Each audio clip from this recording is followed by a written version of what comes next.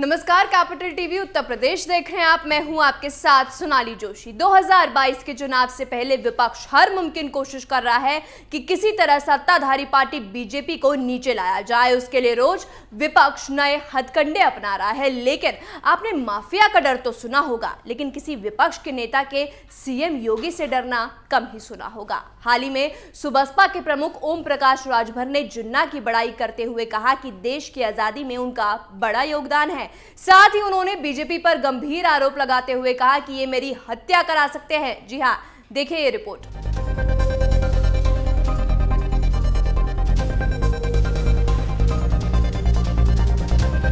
दरअसल वाराणसी में भागीदारी संकल्प मोर्चा के सहयोगी दल भागीदारी पार्टी की तरफ से आयोजित महापंचायत में सुहेल देव भारतीय समाज पार्टी के राष्ट्र अध्यक्ष ने जिन्ना की बड़ाई करते हुए बीजेपी पर जमकर हमला बोला है। ओम प्रकाश राजभर ने भारतीय जनता पार्टी पर बड़ा आरोप लगाया है। राजभर ने कहा कि बीजेपी के लोग उनकी हत्या करा सकते हैं। राजभर ने ये भी कहा कि उन्हें गिरफ्तार कराने के लिए साजिशन उनकी गाड़ी से चरस या बाकी ड्रग रखा जा सकता है। राजभर ने कहा कि देश की आजादी में जिन्ना का बड़ा योगदान है। राजभर की बात पर फिर से प्रश्न पूछते पर तिलमिलाने और बेहद आक्रोशित अंदाज में राजभर ने कहा कि आरएसएस और बीजेपी वालों ने देश को बांट दिया है। बीजेपी में सब अनपढ़ जाहिल गवार हैं।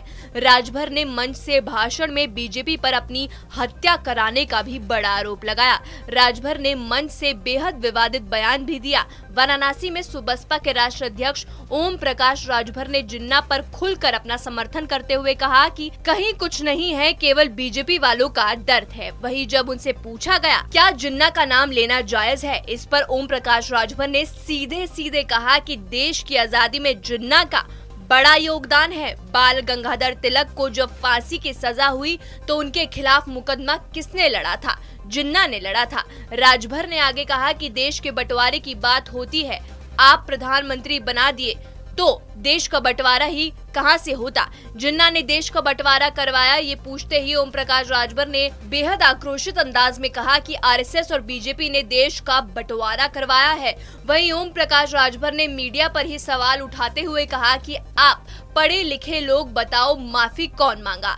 बीजेपी जिसकी विंग है, आरएसएस के लोगों ने माफी मांगा है। हिंदू मुसलमान की राजनीति बीजेपी कर रही है। इनको केवल यही दिख रहा है कि मुस्लिम को भड़काऊं तो हिंदू इकट्ठा होंगे। उन्होंने कहा कि घबराइए मत, हम भी हिंदू हैं।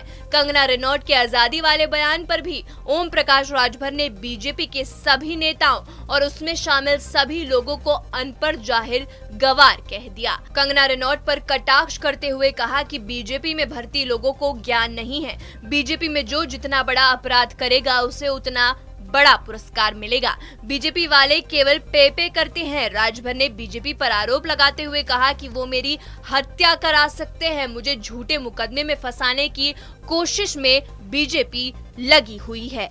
जी हां, तो 2022 के चुनाव से पहले विपक्ष ऐसी चीजें कर रहा है जो हैरान करने वाली हैं। कभी जिन्ना प्रेम तो कभी बेबुनियादी आरोप लगाते हुए कहते हैं कि बीजेपी उनकी जान लेना चाहती है। लेकिन इन हथकंडों से बीजेपी को हराना क्या इतना आसान होगा? इस खबर में मेरे साथ इतना ही। बने रहिए कैपिटल टीवी उत्तर प्रदेश के साथ। नमस्कार।